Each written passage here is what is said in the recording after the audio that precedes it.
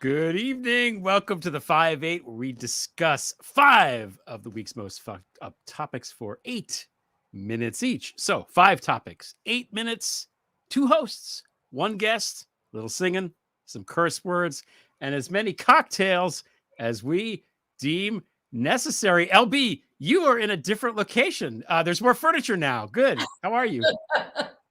I'm okay. Yeah, people might recognize this. We're with my folks this summer. We just arrived. I don't have really any strength left in my everythingness after that epic move. We did manage to get our whole family, including Aloe the pit bull. It was a genius on the plane, I gotta say, across the country. I'll send some. I'll post some pics of Aloe literally looking out the window on the airplane. Oh, like she does in the car. She was a dream. She was perfect. And no nails left. I gotta go to get a manicure, I hope, top of next week. But I am here. And we ran out of Manhattans right before the show. We had one the other night, and then oh no. Yeah, that's not ideal. It was not good planning. But everything else came off perfectly. I think that, in the relative scheme of things, not having the Manhattan ingredients is probably not as important as other things. You mentioned that Aloe got jet lag, which I find fascinating because you wouldn't think a dog could get jet lag, but the dog got jet lag. Yeah. Her clock was a little off, and and this is a dog we rescued from the streets, the tough streets of LA, from a pit bull fighting pen breeder. They were breeding her, and she was like a bait dog, and that's why she's like, we had to have her, the chain, they had a choke chain on her, and it had embedded itself in her because she was just left outside. So this was the first 2 years of her life. So since we've rescued her, she's gorgeous dog, as everyone has seen, and she's figured it all out. But she's never been to country. We took her, hiking in Malibu and stuff like that, but this is real country up here. And so I think also all the stimulation, all the information coming into her brain, pit bulls are very smart, very big brains, is just more than she can, she's been taking naps. It's like she's doing an immersion course in Japanese or something, and she needs to take little breaks during the day. But we were walking up the meadow this morning. I took her up and this eagle came out of the deer blind and just flew right over us. It's just spectacular. I love it up here. So I feel like there's symbolic there. There's some kind of symbolism with the eagle flying over you. Yeah. That's good. I met Aloe, by the way. Yes, you did meet Aloe. You met up with us when we were very briefly. We put it on our YouTube short, which still don't know how those things work, but I don't know. Yeah. We were not at the Grand Canyon. We're in my town of New York, and that's where we were. So I had a pretty interesting weekend, I have to say. Okay. I went to DC because I like going to the nation's capital for the 4th of July. I feel like it's a good thing to do. And I wanted to have front row seats watching Rudy Giuliani get disbarred. So I figured, fuck it, I'm going to go down to DC. And I wanted to have a good time. I was by myself. And so, I brought a little, nose powder just to get to make it a little more exciting. And I'm on a tour of the White House, and I realized I have this shit in my pocket. What am I going to do? So I sort of surreptitiously, I leave it there thinking I got away with it. And then what do you know? It's the lead story on every right-wing news network and will be till the end of time, apparently. Well, that's your place in history. Yeah. Why you're a national treasure is you find a way to just poke at that right-wing news cycle. I was, was the Secret Service your dealer? Because it sure seems like they were in quite an interesting position to just start plopping down bags of cocaine. Police would never plop down evidence. That's never happened before. That's never happened? You're insane. They would never. The Secret Service would never do something like that. No, I got it. I went to a computer store run by a blind man, and I bought a laptop, and then I opened the laptop up, and it showed me where to get the cocaine. It was incredible. Just amazing. Yeah. Amazing stuff. Yeah. Yeah, the lucky you. The greatest things happen to you. I know, right? So amazing. I don't So know amazing. what we're going to get to, everybody. I mean, it's a lot exploded. So we do have our topics for tonight. We have our topics. We have our topics. Yeah, I don't think we can get to all the mayhem, but we'll see. Let's see what we can get done here. I should add that was just a joke. I did not go to DC. I did not. I do have a story about the 4th of July in DC and random drugs showing up, but I'll save that for an after hours at some point. Not tonight, but at some point. Okay, when I have a cocktail. Yeah. Okay. First topic. Dr. Goose. What a great title that is. What a great title that is. Very, very clever. What the fuck does this mean, LB? Tell us. Okay, so doc for documents, doc for the doc. Okay, this is something that I think we did a show about this over a year ago. We're going to have to find that clip where I had, with a friend, had been doing this deep dive into the Mar-A-Lago footprint, right? That how that whole place is laid out, discovering the tunnels. Right before, I think, the search warrant happened. I was looking at all this and then boom, search warrant, right? So I can't remember what news sparked it all off. But, one of the things that we discovered was that Donald Trump, and this news kept itself to Palm Beach. So the Palm Beach Post, for anybody who doesn't read that, I highly recommend reading the Palm Beach Post. There's some great reporters on there. And then, obviously there's the Miami Times and all that, but it stayed very local. It wasn't even in Miami Times. It was in Palm Beach Post. So Donald had been trying for a couple of years, but post-presidency. So I think he might have started around 2015, 2016, if the paperwork, the filing, like it really even got into the records of this.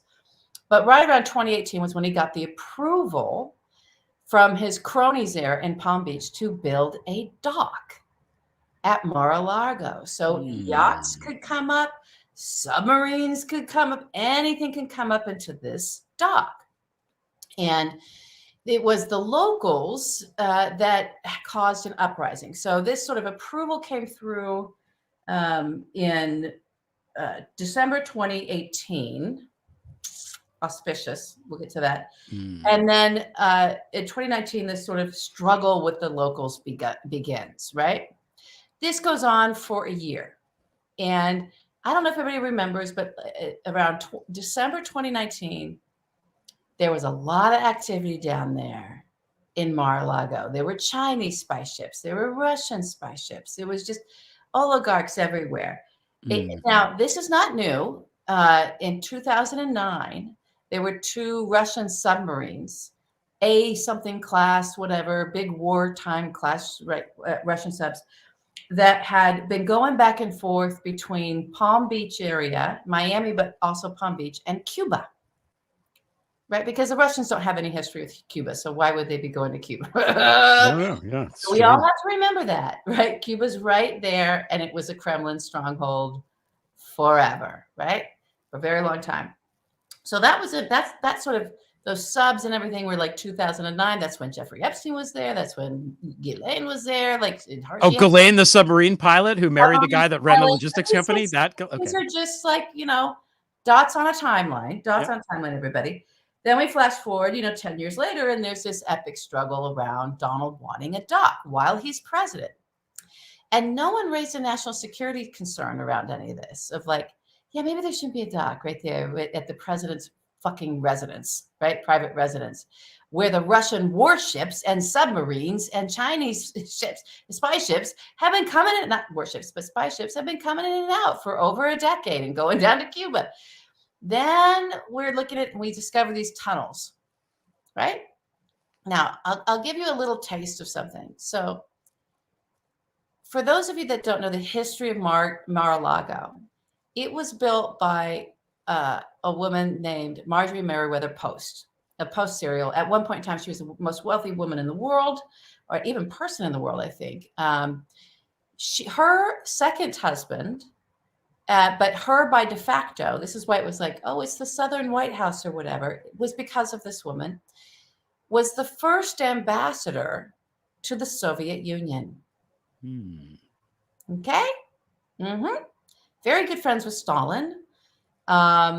and did a lot of traveling and a lot of art, a lot of everything. She had the largest private Russian art collection in the world from Tsarist Russia. The Fabergé eggs, all the artwork, all of that. That was all in Mar-a-Lago.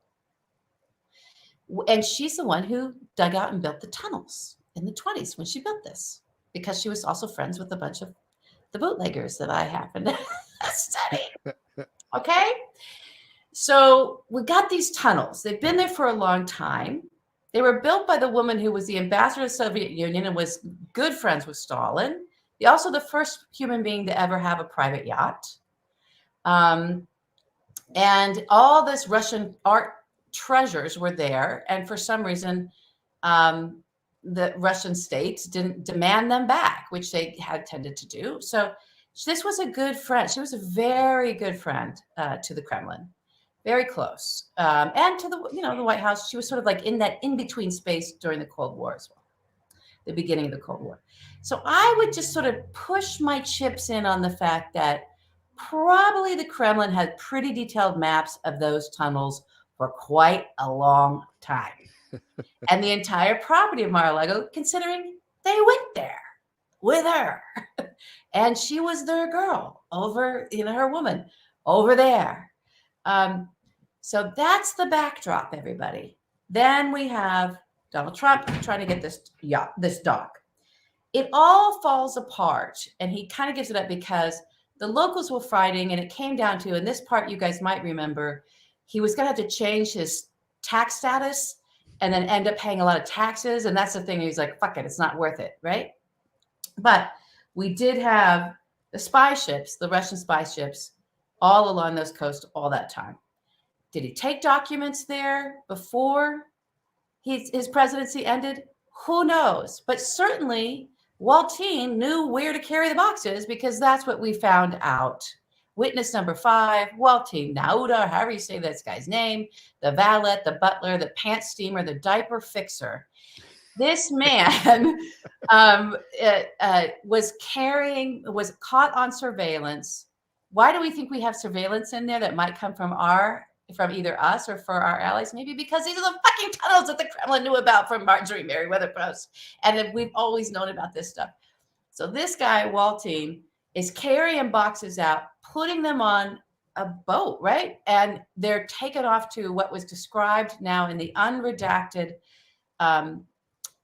search warrant that finally got unredacted a couple days ago or yesterday as an unknown destination or unknown location. So unknown to the prosecutors. They don't know where this shit went, where our military secrets went.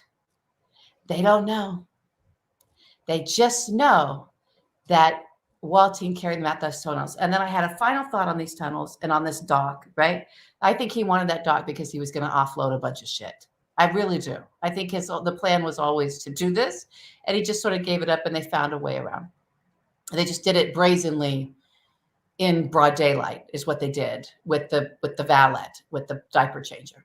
Yeah. So remember the kid that got caught because he came up through the tunnels and they caught him? Yeah, sure. Right? We didn't hear a lot about this. We just sort of like the one person who found his way up there. So it's not like the entrance to these tunnels are something that anyone can just sort of know, right? Unless you're, of course, a Russian spy, because they, from the Kremlin, they would know. They have the maps. So I'm thinking, I just thought, and this is my final thought on this, I bet he watched them carry those docks out. I bet he watched the activity.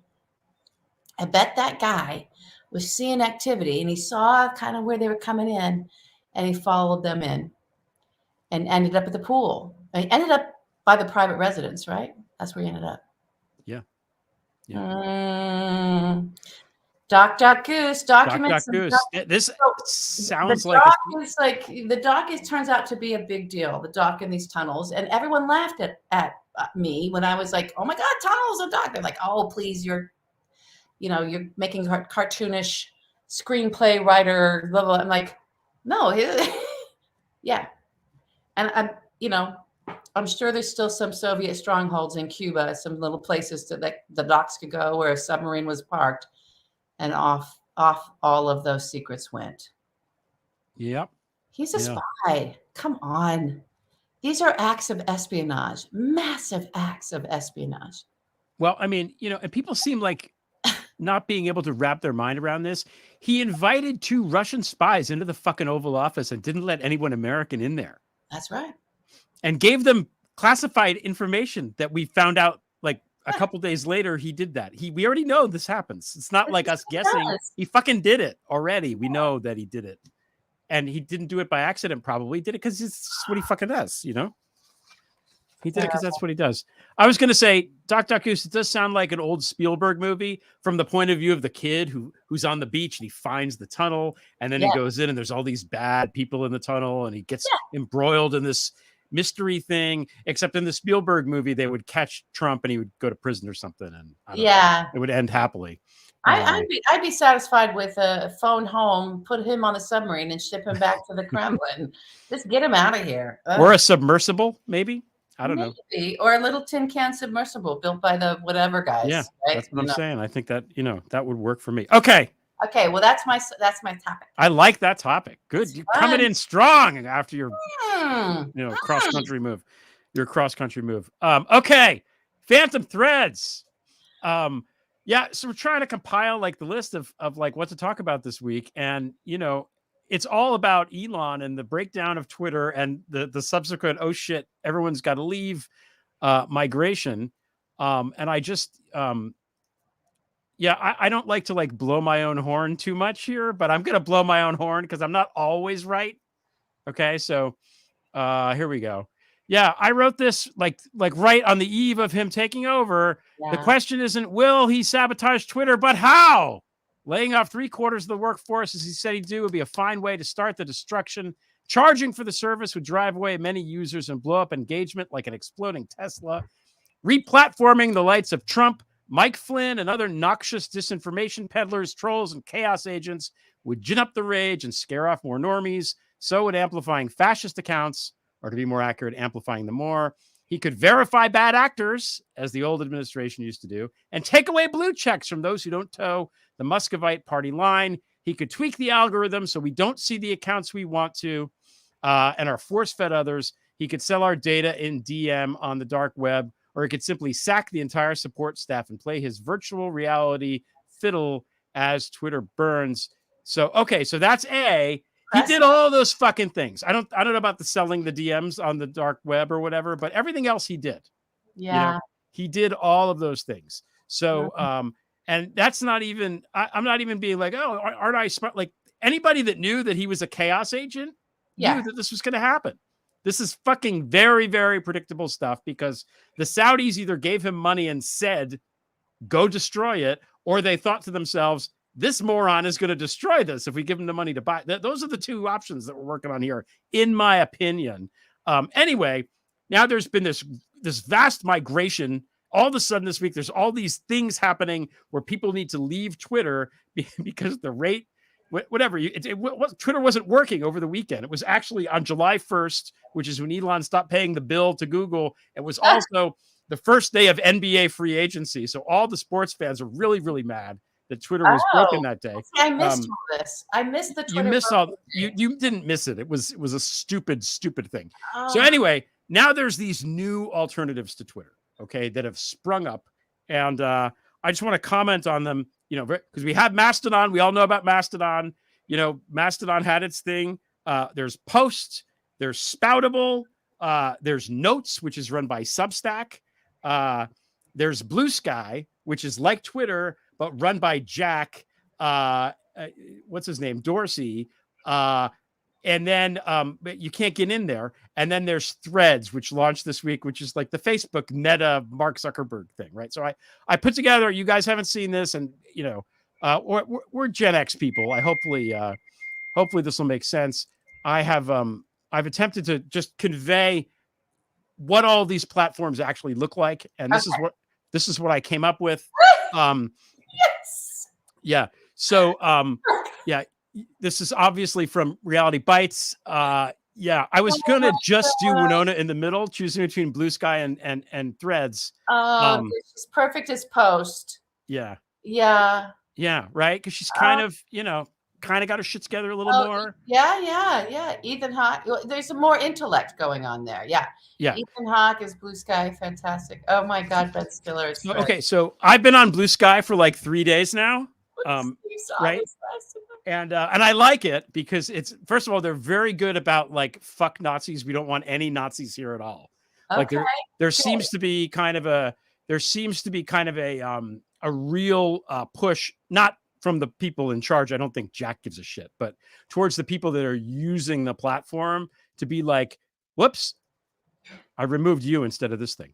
To keep Nazis out, which I like. There's a lot of LGBTQ on there. It's very trans friendly, which is good. Wow. And most of the content so far is just laughing about how stupid Threads is. That's fun. And then you're on Twitter and you have all this stuff and you're like, okay, I'm going to post this thing. And then you go back 4 hours later and it's got like 2 likes. I know. He really is turning. I mean, he came in to break it. Listen, if you don't post that picture immediately, or at least right after this, that thing, even though there's only going to be 2 likes, we're going to get that to go viral. I posted it on Blue Sky, and I think it has 7 likes, which is a very successful post in the context of Blue Sky. But I want to talk about Threads for a second, because I know people are like, Threads, yay. So Threads, for people unaware, is the dumbest name of all of them, in my opinion. It's run by Zuckerberg and Meta. And it links up with Instagram. So if you have a big Instagram account with a lot of followers, which I do not, I don't really use Instagram. It's perfect because you just hit a button and then boom, you're threading your thread, and you basically authorize Facebook to steal all of your fucking data forever, and you can't ever delete it without also deleting your Instagram account. So everyone should know that going in. Okay. The scuttlebutt, at least via Blue Sky, is that Threads is just a machine of marketing and marketers and brands and influencers that don't influence anything actually, and that nobody actually likes, and that they're trying to avoid any sort of political engagement at all. However, Libs of TikTok is already there. Like it is Mark Zuckerberg. It's fucking Mark Zuckerberg. Just Google Mark Zuckerberg before you sign up for this shit. Google Mark Zuckerberg, Facebook, Myanmar. Let that simmer for a bit, and remember that I don't know. I'm old enough to remember the 2016 thing where he was like, they were micro-targeting Facebook shit, and Cambridge Analytica was involved, and it cost us the fucking election. This is Zuckerberg. Just because Elon Musk is an evil fucker doesn't mean Mark Zuckerberg is not an evil fucker. Just like it's possible for Paul McCartney and John Lennon to both be fucking awesome, it's possible for Zuckerberg and Musk to both suck. And they do. They both suck. Stay off this fucking thing. That's my, that's okay. I love it. But what about Jack? Jack sucks too. Jack also sucks, Jack sucks too. Yeah. It's a sausage. Look, pick your billionaire. Pick your billionaire. I said it. What'd you say? Nothing. Okay. I'm not repeating it. All these men. Ugh. No, but there's lots of men. But every fucking one is some billionaire that's not great. Some billionaire, for the most part. I can't. Spoutable isn't a billionaire that's not great. Boozy is fine. No, he's not a billionaire. I don't think. No, he's not. I don't really know. I don't know these people, but I've had enough of them. That's what I know. All right, I think you did it. Hang on. I think that was right on time there. 26 seconds left. 26 seconds left. Do I have anything else to say? No, just Facebook is evil. And also, Facebook is aesthetically ass. It's just ass. Yeah. So at the end of the day, the platform that will prevail or won't is going to be the one where all the people that you like are, and where they post the most shit. And that remains to be seen. We don't know where that's going to be. So far, LB, you told me months ago, it has to be a situation where I get up and I check the little button on my phone and the thing just pops in and I'm, ugh. And so far, Blue Sky has passed that test for me. Okay. I'm not endorsing it because Dorsey no endorse. Mm-hmm. Dorsey endorses RFK Jr. So fuck that guy, and gave money to Tulsi, and I think was protecting Ann Coulter and Tommy Lahren, on purpose. Like You said anything bad about those two, and he banned you right quick. Oh, and Dana. Oh, you were in Twitmo like that. How dare you cross his girls that he likes? No, no, no. It's my theory. Prove me wrong. You know. Well, come on, Matt Taibbi, get into the Twitter files and show us what all this bad stuff that Jack Dorsey did. Speaking of ladies and Florida, I believe we have a. Oh wait, let me turn off. I got to turn off the. Okay. Turn off your ticker. I believe we have a new karaoke. Yeah. Are you going to hit it, or are we going to hit it at the same time and cancel each other out? You're going to hit it. I'm off the controls. Okay, because we did that last time. We did it like 3 times. It was like we were playing rock, paper, scissors to hit the damn thing. Okay, here we go. 3 fingers to DeSantis is a big fascist asshole. Spends money on lawsuits while the state is flat broke. He kidnapped some migrants, sent them to Martha's Vineyard. He vilifies teachers. He says they're too woke. We reject woke ideology. Weirdo DeSantis laughs like a hyena, wears heels on his floor chimes to make him more tall. The prisoners at Gitmo complained of abuses. What did he see there? He doesn't recall. Tres dedos DeSantis es un grande fascista. Es un grande pendejo. And his wife is one too. He won't protect trans kids and their parents and doctors. Don't vote for DeSantis. Make Florida blue. Florida is where woke goes to die. On fire. Shout out to Chunk and to our producer there for making that song better. Yeah, that was good. I like the laughing hyena bits. I love the laughing hyena. And I think the more we can get the earworms going with this stuff, the better. You know, the simple songs, that and Waltine. I think we're in a little lane here where hopefully people can pick this up and carry it through these elections. We need it.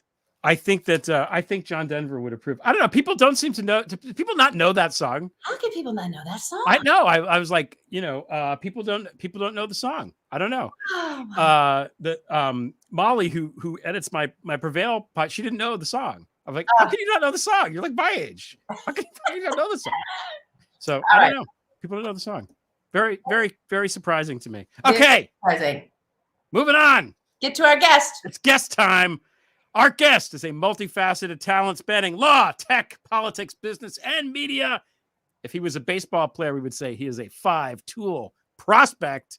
Talkers Magazine named him, again, one of the heavy 100 of talk media, and he is the best entertainment attorney on earth.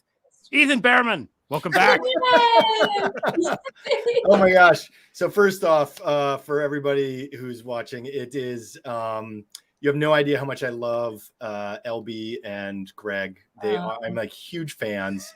They're so brilliant, entertaining in every way. I mean, it's just, I'm always amazed. And you guys have no idea how much I enjoy coming on and joining you. So this is great. Thank you for having me. No, it's our pleasure. It's our pleasure. If you go on Tucker, do you say the same thing to him? No, I'm kidding. No, I do not. And by the way, you mentioned Tommy Lauren a minute ago. I have known her since she was a weekend fill-in a million years ago. And I was even recently on her show to share some truth with her audience. I remember this. Yeah. We should, if we were better organized, we would have a clip of this. Come on, Greg. I mean, Yeah. It's All right. get on that. Come on, Next Paul, time. put on the clip. Oh, right. We don't have a guy. But that song, the DeSantis song, that's brilliant. By the way, some of us really are huge John Denver fans. There we go. And we're smart enough to be fans even when we were children. And remember the tragic day when his plane crashed in the Monterey Bay. That was Yeah. rough. Yeah. That So, was a shocker. That one was a it was shocker. horrible. So anyway, I just so happy to see you guys. I miss you. It's so Where good Yeah, to I'm see so you. glad I'm so glad you're also. We needed a 5. We're both 8s now. We need a 5, You and need you're a a 5. and you're Okay. a 5. Right? You're a 5 Okay, o'clock. great. I'll do it in 4. I'll do it in 4. Okay, 4 then. Yeah, here we go. No, I mean the time zone. The time zone. Oh, sorry. Yeah. You can take as long as you want. You don't. When you're here, you don't have to worry about the time. The time is for us. This is your segment. You take as much time as you Yeah. want. So, okay, let's start with this. Yes. Now, last week or whatever, I've lost all track of time, by the way. I have no semblance of time at all anymore. Yes. SCOTUS came down with some decisions that I think were pretty awful. Just kind of dumped him out there, shat him out, as it were. Yeah. Looking at those decisions now, you've had a little time to think about it. What is your impression now? And is there anything about any of those decisions in particular that irks you particularly? Wow, that is a big question. So, first of all, it is critically important to note that our side, if I can say that, we so failed for 20 years, 30 years when it comes to the Supreme Court. We weren't paying attention. We didn't make it a priority. And the Republicans were laser focused on recreating the Supreme Court in their desired image. And this year's and last year's rulings from this court emphasize the importance of us not to make that mistake again. I can never say never again because we're humans. Our generation will disappear at some point, and future generations will forget the lessons of our generation, just like we forgot lessons of prior generations. That is the scandalous, sad part of human existence. So, to the point, the surprises were this. I don't want to even say surprise. There were no surprises. I didn't see a single surprise. Yeah. And it was absolutely as expected that things like affirmative action were tossed out. This was Justice Thomas's mission from day one, as we understand it. Remember that Rosa Parks, in her letter to Congress, to the Senate during his confirmation hearings back in, early 1990. I don't remember the year specifically anymore. It's so 91. long ago. 91. Thank you. Rosa Parks herself wrote a letter saying, this guy, I'm paraphrasing, obviously, I don't have it literally in front of me. And it wasn't a high school, assignment there where I had to memorize it. But she said he is going to overturn affirmative action. He's bad for the Black community in the United States. I'm against him becoming a Supreme Court justice. She was right. And we now are living in a time where we have, and I'm also going to correct myself in a moment, but we have 3 justices. Sorry, I have my gay guy candle company, Elena, Ketanji, and Sonia. I love it. We have 3 justices who understand that the Constitution was not a dead document upon birth, and that it could only be interpreted as they originally. So it's all right. I can talk a lot, as you guys know. So yeah. Fine. Back to the point. I don't want to focus on all the garbage that we disagree with that came out of the Supreme Court. So I'm going to make a statement that's going to shock people. And that is, while I was pissed as hell at Mitch McConnell for rejecting Merrick Garland for 9 months and not having a hearing, and he's a flat old liar to then jam Amy Coney Barrett through days before the election after Ruth Bader Ginsburg sadly passed away on her warm grave.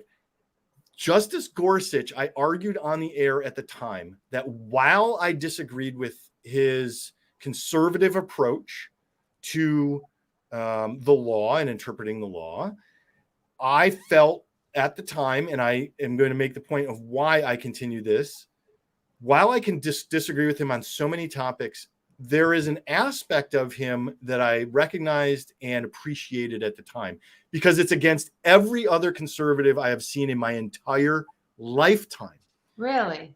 And that is, he, without fail and with strong and clear conviction on every single Supreme Court case that involves Native Americans, indigenous peoples in the United States, he is maybe even stronger than the liberals in defense of Native American rights and the violation of the treaties that our country has been committing against them for 160 years. Yeah. He is he's as good or better than the liberals when it comes to that. Well, And that's good to know. I wasn't even aware of that. so, no, he's always, I think he likes to hear himself talk about that. He feels like it makes him look good. Yeah. I mean, maybe, but I'm going to take it, right? No, I'm not. I agree with you. You're right. That's a good observation. That's good. Correct. All right. So I like to focus on, it's so negative. It has been so negative since 2015 when Trump jumped into the race. I've got to find these moments. I've got to find these moments when there's something to agree on. They're so rare now. It's so rare. All right. So let me ask you a question, Ethan. Yes. So in terms of us now, I hate the us and them, but the folks that are pro-democracy and understanding the role of the Supreme Court in that pro-democracy, small d, democratic movement that of our grand experiment. Yes, since the 1980s, at least, with the think tanking around the CNP and then bringing all this sort of, we're going to take the Republicans going, we're going to take the Supreme Court eventually, and then we can reverse all progress. We're going to, with abortion, reproductive rights, women's body autonomy being at the core of the radicalization around getting all of the money together for that, because nothing raises money like misogyny, as it turns out, in America. Sadly. But sadly true. So how do we get that much money in? I think we could get ourselves organized, but they just had, decades of billions of dollars pouring in to support their coup. The Supreme Court, this long, it's like the long acting, my dog is now on this long acting stuff for worms, right? Because we're up here with the ticks. It's like a long acting plot and plan that they had for actually corrupting the courts and taking it over. And it worked. They got there. I remember Mitch McConnell skipping down the hallway when he got his majority, right? And he's like, okay, he rode that beast. As I said, he jumped onto Donald Trump. He's like, okay, I'm stuck with the beast, but I'm going to get this through. And he just sunk his fangs in and sucked him dry. Got everything he wanted. Possibly the grossest visual image I just got. Thank you. And that's what turned it purple. This is my theory on that's what turned it purple. Yeah. So how do we get the money? Then how do we get the money behind this? So what's really interesting whenever money comes up. So this is Democrats actually raise nearly as much as Republicans. The difference is we do it through thousands, tens of thousands, hundreds of thousands of supporters, grassroots supporters. We have 1 or 2 billionaires. We do have our billionaires, by the way, as well, who give money. The difference is the Republicans do it almost exclusively through billionaires who, through Citizens United, through their court, have made it so it's dark money. We have no idea how it's spent. We have no idea where it's going. So there's a potential for billions more happening that we never even see, because they're able to funnel it in now legal ways that are completely hidden from view, and we have no idea who's behind it.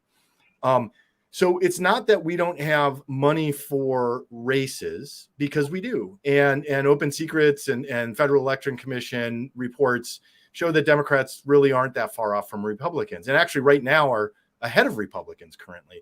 But it's the billionaire dark money that allows them to play really dirty, really secret games that are anti-democratic with the lowercase d. It's against a free and open society to allow that kind of dark money to exist and control outcomes.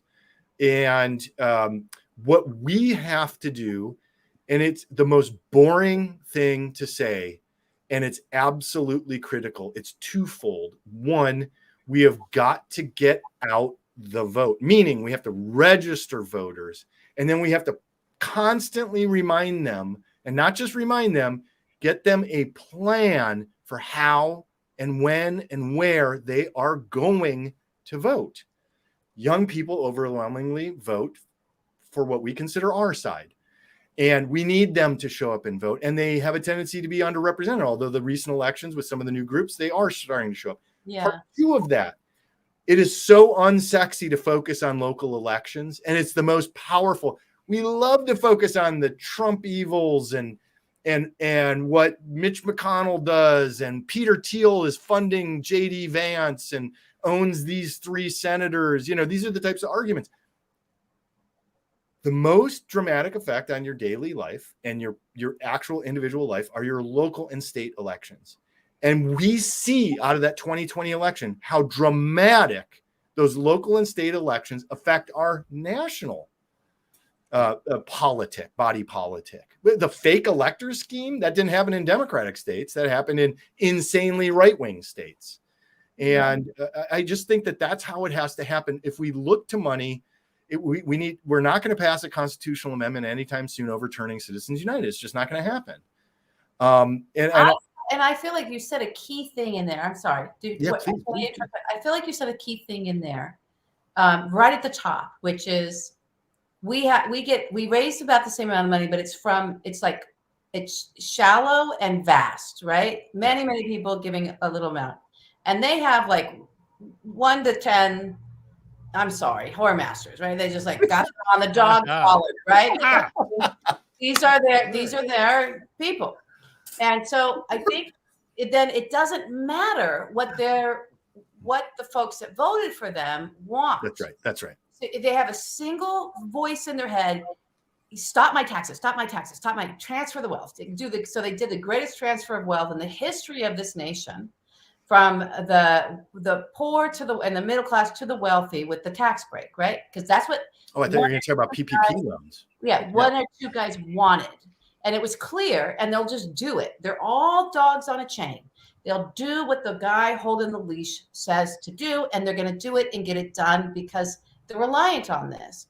There's something about that. There's something in this, just the nature of that, with how disorganized I feel. I don't think it stems in disarray. It's just like, just pick a thing and go for it like these guys go. Like you have a Harlan Crow breathing down your neck and dangling a yacht trip in front of you. That go with that level of focus and commitment, because it's almost like they're not hearing us. They're taking our money and they're not doing it. We wanted this court expanded. We wanted the court expanded. Unpacked. Yeah. Unpack the court. The court's been packed. It's been packed. Unpack the court. We wanted reform. There was a demand for this. Biden promised it. He was going to at least get a committee, and Buttigieg was going to run it. Remember this whole thing? Mm-hmm. And then it just sort of like, okay, we all got into Washington and we all got distracted. If there was like $1 billion, $2 billion donors behind them that had said, this is what we want, I tell you, it would have been fucking done in 30 days, 60 days. It would have been done. Yeah. But it's important to note that there are billionaire donors talking to the DNC at the highest levels as I understand it. And we know for a fact, like Gavin Newsom, who I absolutely support and I think will be a great president, but he got picked out of obscurity to become the mayor of San Francisco by a billionaire liberal family in San Francisco who's a power player. By a local, right? What's that? By a local. Yeah, yes. I mean, so it's like these things happen in the Democratic Party as well. The other fundamental difference that we have is we're a big tent. So we have a lot of constituencies who are saying my issue is the most important, it must be addressed today. It could be anything from reparations to student loan forgiveness to we need to have a better family leave act to whatever. But we have all these constituencies. So for us to center around one topic happened in 2020, and it was to defeat Trump. So that's when we pull together, when we have our boogeyman to go after that one topic that you're talking about. Our issue is as a party to say, this is the most important thing that I want us to spend our time and energy on. It's so hard because we have a tendency to balkanize and fight each other over what our little constituency thinks is the most important, as opposed to what we were given in 2020 was, we really have a boogeyman who's trying to destroy our country, and we rallied and we beat him. Barely, by the way. And that's the part that's scary. Well, no, we beat him, but the electorate, so he pulled a coup. He tried to back. So yeah. It was scary. When he got elected in 2016, I told myself publicly, I was like, yeah, we have structures in place. We have systems in place, never realizing that the Senate would become his little B word, and that they would never stand up to him. That was the part that, our system is weak. Apparently we need to start enshrining a lot of new laws to prevent what he tried to do. Yeah. And as long as the Republicans are what they are as of today, we're going to have a hard time. Fascist obstructionists is what thank you, Greg. Sorry. I mean, the beauty of the expand the court thing is that it's necessary for any progressive legislation to push forward, because they're just going to invalidate it. And if you think about Leonard Leo and all of these right-wing assholes who spent 30 years getting to this point, with one fucking vote, we expand the court, and all of that work, just kiss it goodbye. Like, literally in a minute and a half, it's fucking over. It's not political. It's not even political to say unpack the court. And I've actually been arguing this for longer than this has been a topic. And it's because we have 13 circuits now. Right. Historically, when we last expanded the court in the 1868, I think it was to match the number of circuits. Right. And then for some reason, the Senate stopped doing that. And then when FDR threatened what he threatened back in the 1930s, to end the Lochner era, that was the last time we had a serious conversation about it. But legitimately, regardless of who's in power or who's in control of the court, it realistically is supposed to be 13 justices to match the number of circuits. So there are the number of justices to represent an equal number of the circuits. And so we could argue it from a political standpoint, but sorry, LB. Two justices per circuit, and add an extra one in there, so that it's an odd number. That's what it should be. The argument that Biden has made about why he doesn't want to do it is that, well, then when they get in charge, they'll expand it more too. Great. The more justices that we have, the less easy it's going to be for billionaires to fucking corrupt them. Even Harlan Crow has limits on how many fucking Supreme Court justices he can take on these vacations. Right. Clarence Thomas is not a cheap date. That's what we've learned. Bring in the term limits. Oh, 25 years. 25 years is a long time. That's a career. I like 23 because I like prime numbers. All right, 23 prime number. All right, Ethan. I want 81. Wait, I got one more question. Okay, one more question. Only one. 81. Yeah. 9 times 9 squared, Yeah, okay. Fuck it. Okay, so this happened this week, and I wanted to get your thoughts on it as it intersects tech and law and, other things and politics. There was a judge, Terry A. Doty, who's the U.S. District Court in the Western District of Louisiana, one of my favorites. He put a preliminary injunction that apparently prevents the government from communicating with social media companies. Per the New York Times, I'm just going to read this. A ruling that could curtail efforts to combat false and misleading narratives about the coronavirus pandemic and other issues. It was a victory for Republicans who have often accused social media sites like Facebook, Twitter, and YouTube of disproportionately taking down right-leaning content, sometimes in collaboration with government. Democrats say the platforms have failed to adequately police misinformation and hate speech, leading to dangerous outcomes, including violence. It's ironic that this motherfucker did this like a day after the guy tried to kill Obama. But anyway, what are your thoughts on this, Ethan? So first off, it's a what's called a preliminary injunction, right? So this is a limited ruling. It's not ruling on the ultimate merits of the case, although it's a strong indication that this judge is going to absolutely go down that path and say, Yep, the plaintiffs win. Look, the Western District of Louisiana, renowned, highly conservative circuit. The Fifth Court, the Fifth Circuit is arguably the most conservative of the 13 circuits in the United States. Conservatives love bringing cases in the Fifth Circuit because they have a tendency to get the ruling that they want. A preliminary injunction is intended to be an extraordinary action by a court. So PIs, preliminary injunctions, are rarely granted because the plaintiff has to prove that there is ongoing irreparable harm. Oh. And the court is taking action, making somebody, in this case the government, do something or not do something, right? It's an action. And these are extraordinary measures that are very limited. This ruling, obviously, as a practicing attorney who also practices in federal court, I would, of course, abide and I would immediately appeal, like as I understand the government has done in this case. I think we did, yeah. Because it's too broad. His ruling, I believe, is too broad. And there were specific examples that were used of Rob Flaherty, who's I think he was former digital comms director for the Biden administration.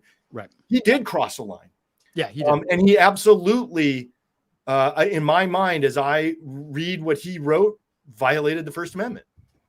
He used the government to tell tech companies, Facebook, for example, in one of the messages, told them what to do and threatened them, right? What the are you doing and why isn't it done today?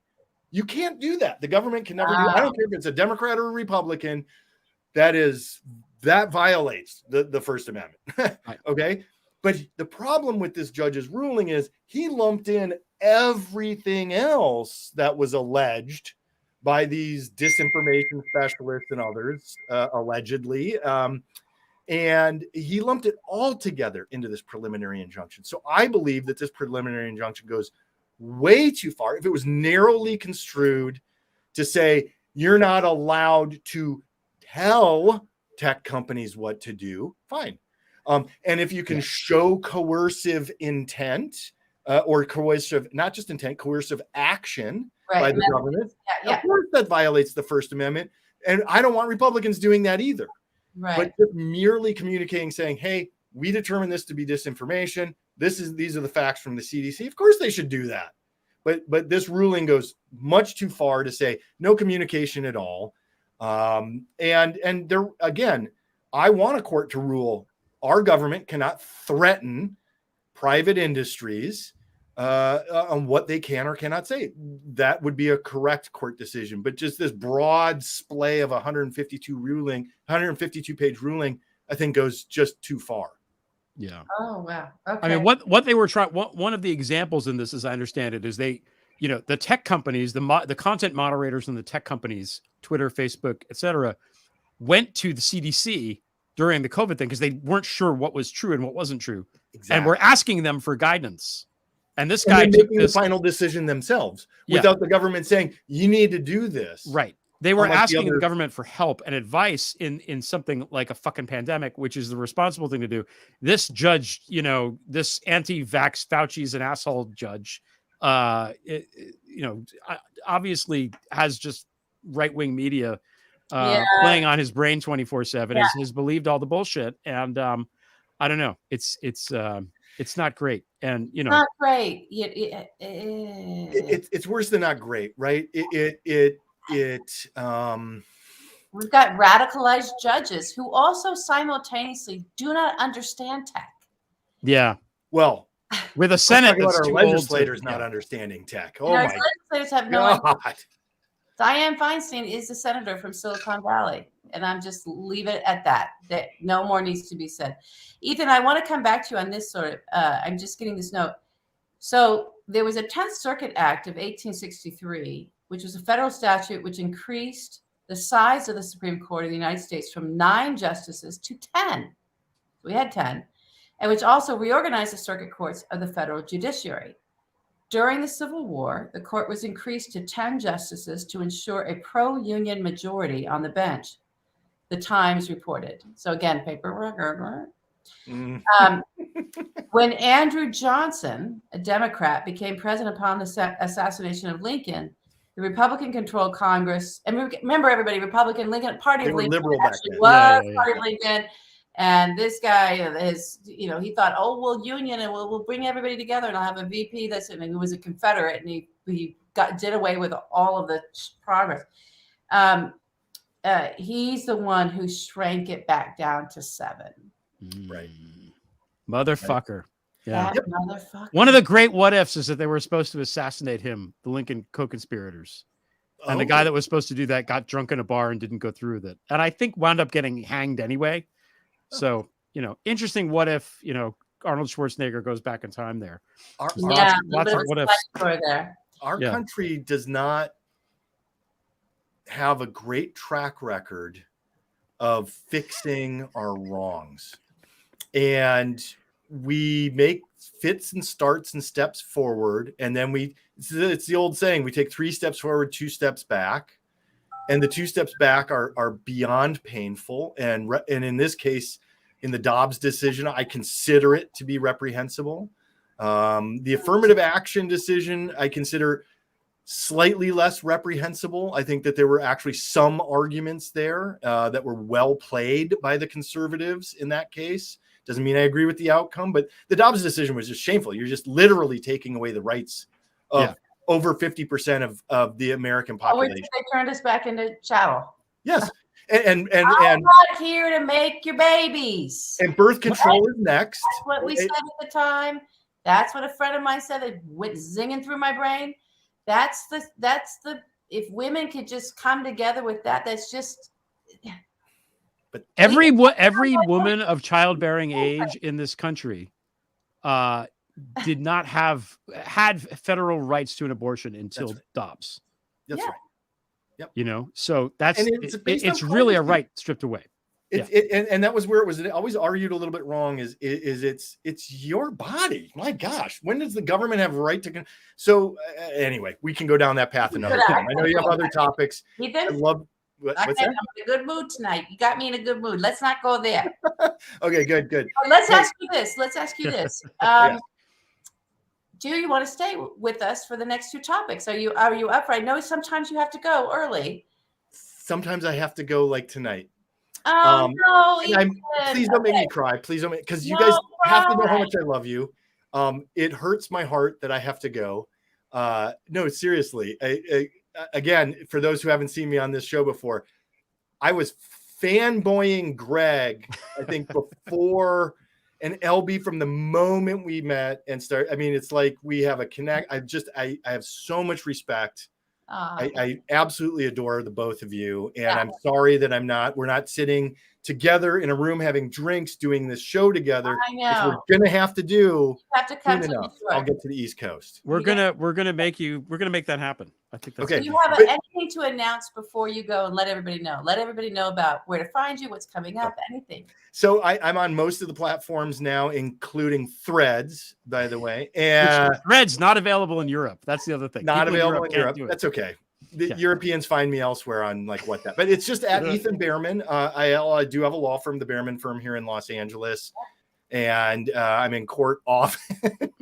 Yes, but anyway, just Ethan Bearman, and please follow me, stay in touch, throw me your questions, whatever.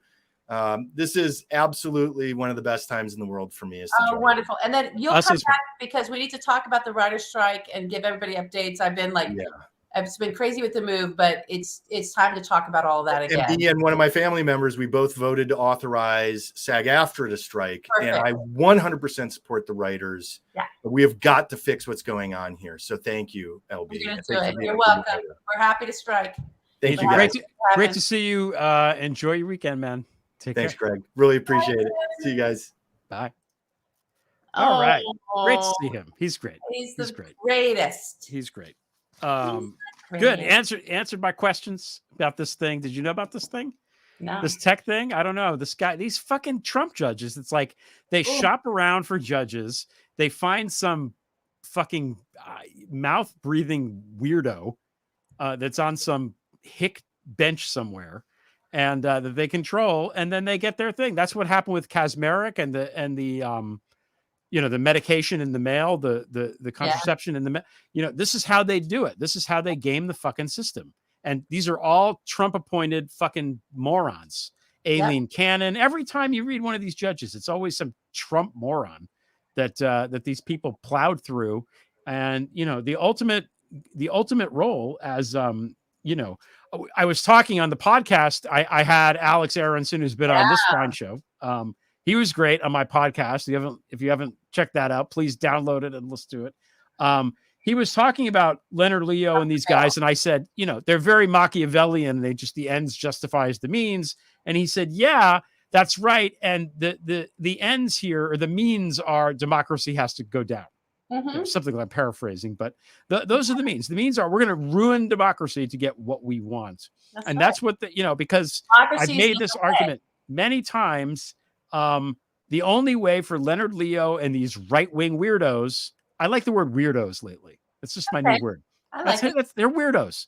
The only way that these guys are going to get what they want is to overthrow the majority rule, because the majority of Americans don't want this crazy Taliban shit. We're not, as Steve B put it in the comment section, we don't want to be Catholic Iran. That's not what we want.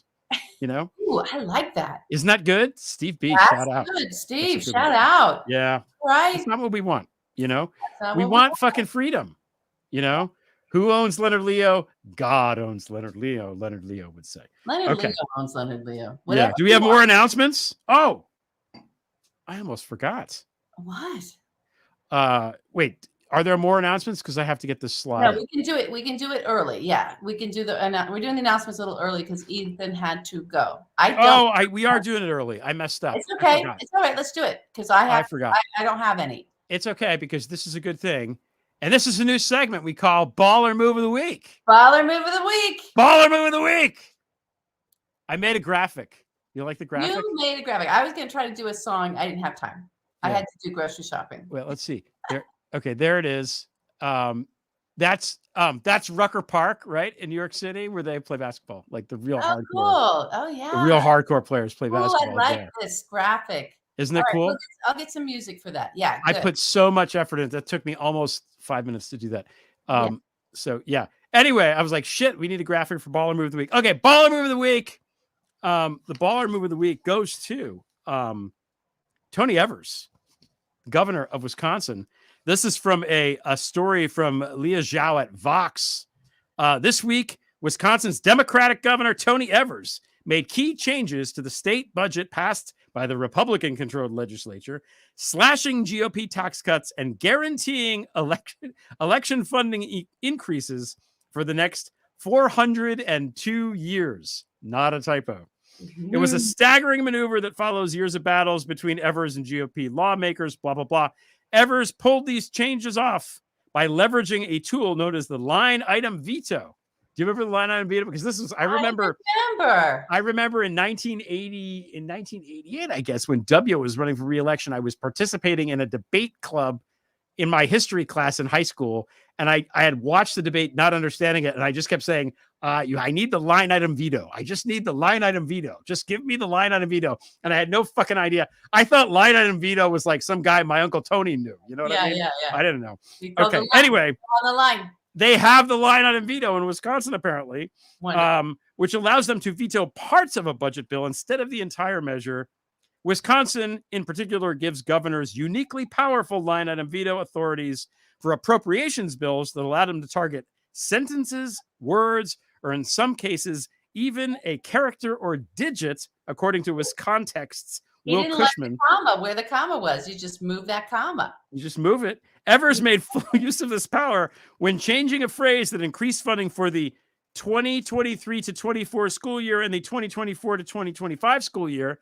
He just in there and he changed it to 2023 to 24-25 school year.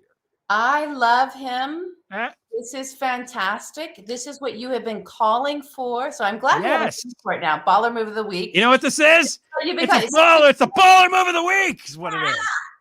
Baller move of the week.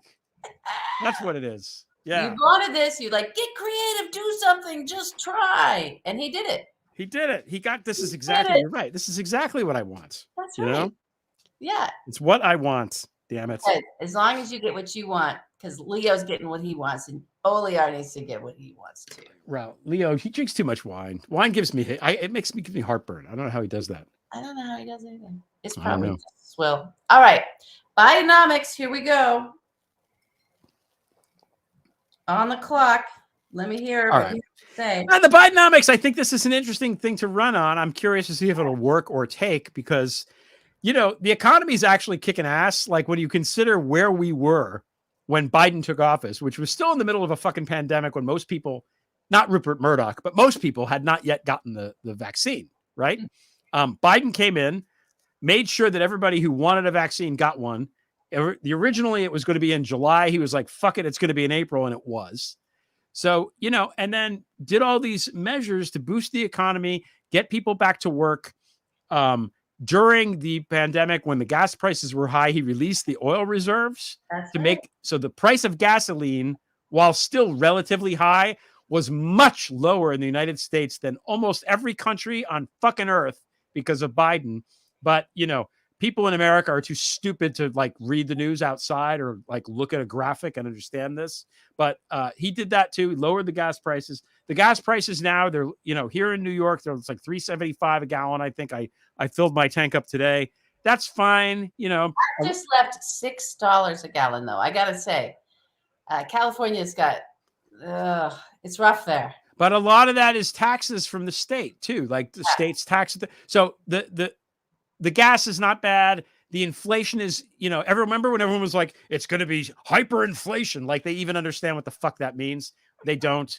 It's going to be so bad inflation that it didn't. The feds are raising the interest rates. I don't particularly like that. I would like them to come down because they need to come down a little bit. They got to bring that down. And there's now talk that they're not gonna, but like the inflation is in check. Economy, it's essentially full economy. It's low single digits unemployment. Job creation hasn't stopped either. So, no.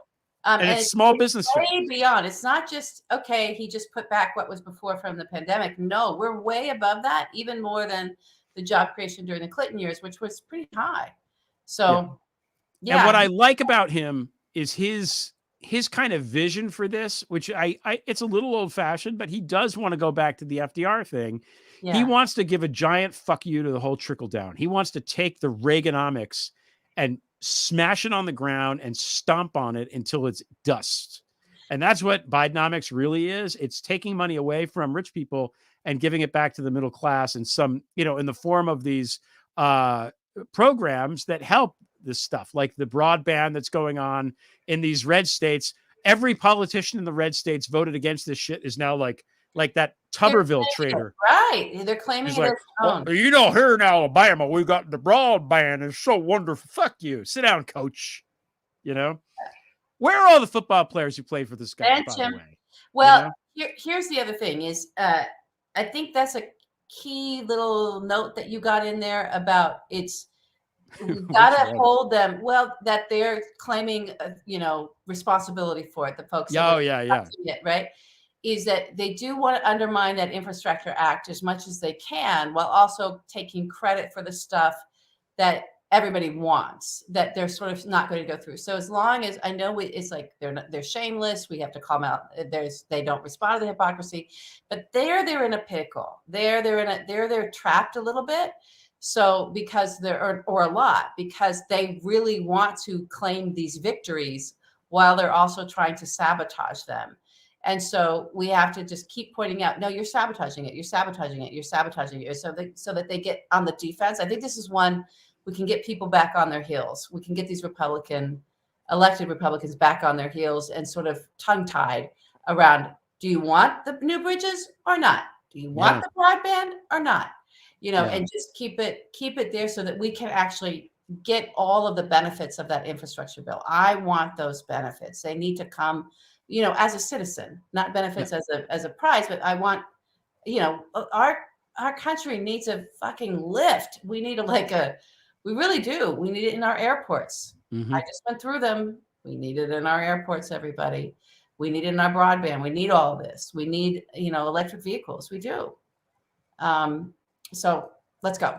I'm ready. Yeah. I think that's what I got. I mean, I think, I think that we need to run on this stuff, and it's going to be interesting to see if it works. Because I think last week we were talking a little bit about this idea of deliverables. Biden says, I'm going to do X, and that's going to make your life better. Biden does X, and it makes your life better. And then Tuberville's like, isn't it great that I gave you X? And all the fucking racists vote for this asshole anyway. So there needs to be some kind of disconnect there. And Dark Brandon showed up and swatted this motherfucker down. Yeah. And he needs to keep doing that. Yep, he does. And everybody needs to keep doing that, not just him. Every state by state, in terms of our senators, district by district, in terms of the congressmen and women. Yeah. And all remember, by the way, Tuberville is who like Giuliani called, right? During the insurrection. While the fucking place was being besieged, Giuliani's calling this asshole saying, well, can we depend on you? Or are you going to do the thing? I feel like he was also the one that came up with that horrible phrase, like the Green Bay sweep, or what the fuck was that Navarro kept talking about? It was the Green Bay sweep. I don't know that that's pro ball, not college ball. Oh God. All right. He's not a good enough coach to survive in the NFL. Yeah. Not the baller of the week. All right. No, all right. I'm done with this though. Let's end early and go to the next topic. And no, it's fine. Yeah. It's not early. It's oh, somebody's here to say hi. Who's here to say hi? One of our guests. Hi. It's Dad. Hey. It's the Rev. It's the Hey. Dad of the saying hi to smartest girl in the everybody. United States. Oh. There you go. Hi, Rick. How are you? I'm just fine. I'm happy Good. you are. Oh. Yay. And I like the strong show you're doing tonight. Thank you, Dad. Thanks, Rev. I know he likes the swearing. Thank you, honey. Yay. Surprise pop-in by my pops. Pops made a pop-in. It reminded me of one of my favorite moments on this entire show when I forget what you were saying when he was in the background, but you said some curse thing that was really, Anyway, just the look on his face was really one for the ages. I think we had that in like a trailer at one point, and then we took it out or something. I don't know. Yeah, it was good. It was good. Right. Okay. Final topic. Do we do all the announcements? I don't know. I'll pause it. Okay.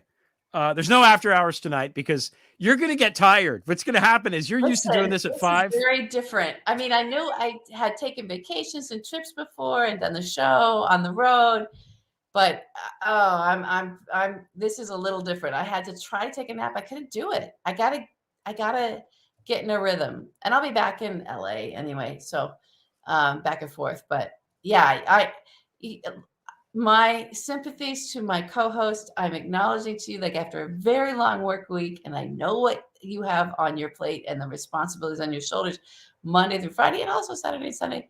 But to get to Friday and for you to be as up as you are by 8 o'clock and you're on and you're coming, mad props to you. Thank you. It's a very different, I get it now. I mean, what does Bill Murray say in Lost in Translation? The booze helps. It does. The booze works. The good news is the booze works. Oh my God, I got to tell you, I really wanted that Manhattan. This was a major blender. It was a major blender, everybody. Mine is not cold enough. And that brings us to we haven't done the announcements though, because we keep forgetting. Well, there's no after hours. No. There is an audio podcast of this show that we're very lazily rolling out. There's now 3 episodes that exist in audio format. Please go. If you're on a podcast, just click the little damn button so that we get the downloads and listen to it. Download us. Some people do like to listen and not watch. I understand it. I'm one of the people that prefers to listen and not watch. But it's there. We're trying to give the people what they want. More content, people say. Please. Content. There's not enough shows on Netflix. There's not enough streaming options. We need more. And we want to just say thank you, everybody, for joining and for watching and for the stickers and the support and everything else. We appreciate you. It's great. We love the community here that we've all, developed through the year plus that we've been on the air now. And it's really a wonder and a privilege, and we appreciate it. That's it. That's my announcement. Yay. I love it. I've got what about Bob being gimme, I need. So another movie quote. Maybe we should have gone out on that. For giving. Okay, we'll put a pin in that. They want. put a pin All in right, it. here we go. Let's talk this last topic. Too darn hot. Or is Yeah. it damn? I can't see. It's darn. It's Cole Too Porter, darn hot. Okay. So so the 4th of July was the hottest day in the last 125,000 years of planet Earth. And then July 5th was hotter than July 4th, and July 6th was hotter than July 5th. So like I'm not really great at math anymore, if I ever indeed was, but that it's not great when you're hitting the warmest days on record every year. Like you go back and look at these places and it's like, what's the warmest time? You'd pick 20 dates and 18 of them are in this century, in the 21st century. The idea that we can take all of the oil out of the ground, burn it into the atmosphere, and nothing will happen is just nonsensical. Like it's like the idea of, I know that the tobacco industry, big tobacco, spent a lot of time and energy in the 50s and 60s trying to convince everybody that smoking wasn't terrible for you, even though they knew otherwise. But like when you're taking fire and inhaling the smoke, how can you not know that that's bad for you? You might enjoy it anyway and do it anyway. Who doesn't love a good cigar?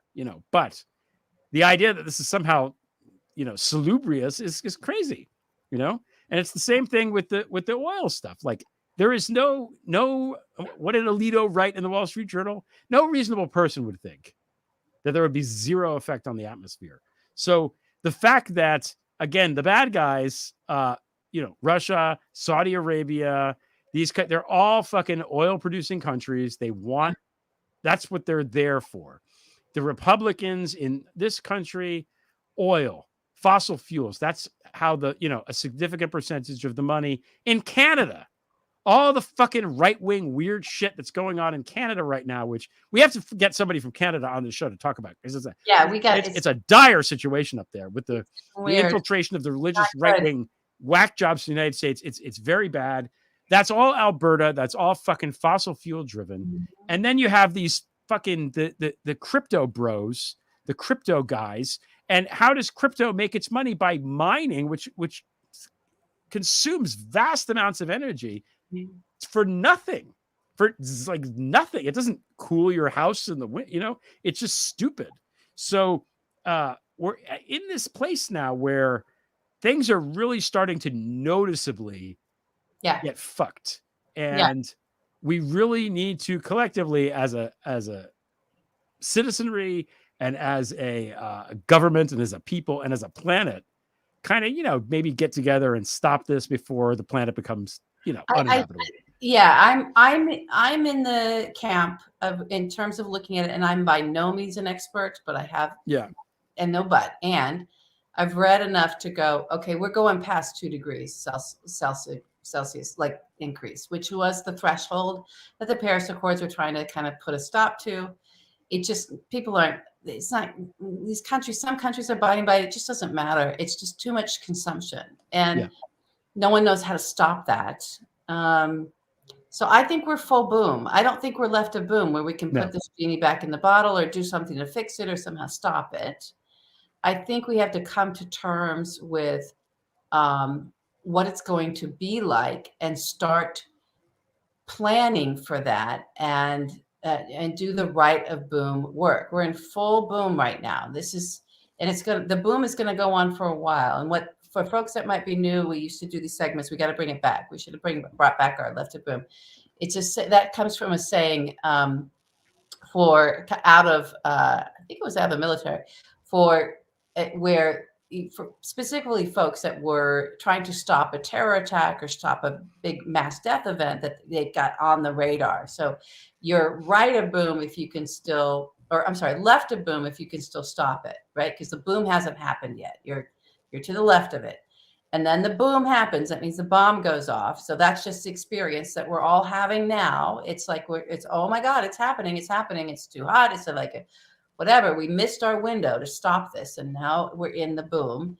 And right of boom, if we can get into that mentality means you have to look at how you're going to renew, restructure, rebuild, and prevent the next boom.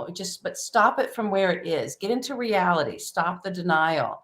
If we're in full boom or right of boom, and we're still behaving like left of boom, like we can somehow stop this and that, and we're not like building the levees the way we need to build the levees. We're not relocating human beings that are going to be right in a literal line of fire or of flood zones. We're not doing the things that we need to do to preserve life and to keep with this change that we have forced on our beautiful planet, to help the planet in it to the best of our ability, knowing what the changes are and where it's all, maybe we can stop it from the next level of boom. I just think we have to all get there so that we can allocate resources appropriately, because that's really the only thing we can do. We can stop the behavior, but we have to allocate resources. I can tell you, we had massive, we finally had the rains in California, and you're there now and the allergies are off the charts and there's weird stuff happening everywhere. But the grasses are so high in the canyons everywhere. It all's back now after the 4 years ago, the massive fires we had. So we have anywhere near a hot and dry fire season. There's so much fuel. It will be unstoppable once it happens again. So, and that's just one little example, just in the one area that I happen to have lived. So we got to get together. I don't know what Lower Manhattan's going to be like when these big storms surge and flood, and it's all, we got to reroute ourselves a little bit. We do. Remember the video of when the subway flooded and it was like, balls deep in water, and there are people that are they're just walking in there to ride the subway. They're just like, fuck it. That's what Lower Manhattan will be like. People will be like, fuck you, I'm riding the subway. I don't care. The rat's gonna swim by. Gotta get to 28th Street. It's gonna be, there'll be gondolas going down Broadway. It'll be lovely. Yeah. Now again, this is an opportunity. If we get to right of boom thinking on it, think of the jobs, think of the resources, think of what we can create. This was something I was arguing years ago for the coal mining areas. It's just like, make that these are people who made it so we can have lights on as a nation. Everything we have is thanks to, in terms of progress, technological progress, everything else, our way of life, the improvements to our way of life, heating, air conditioning, all of it is thanks to the folks that were in those fucking mines, right? And they put their families through that, put their bodies on the left. This was but it's from last century, if not even prior to that.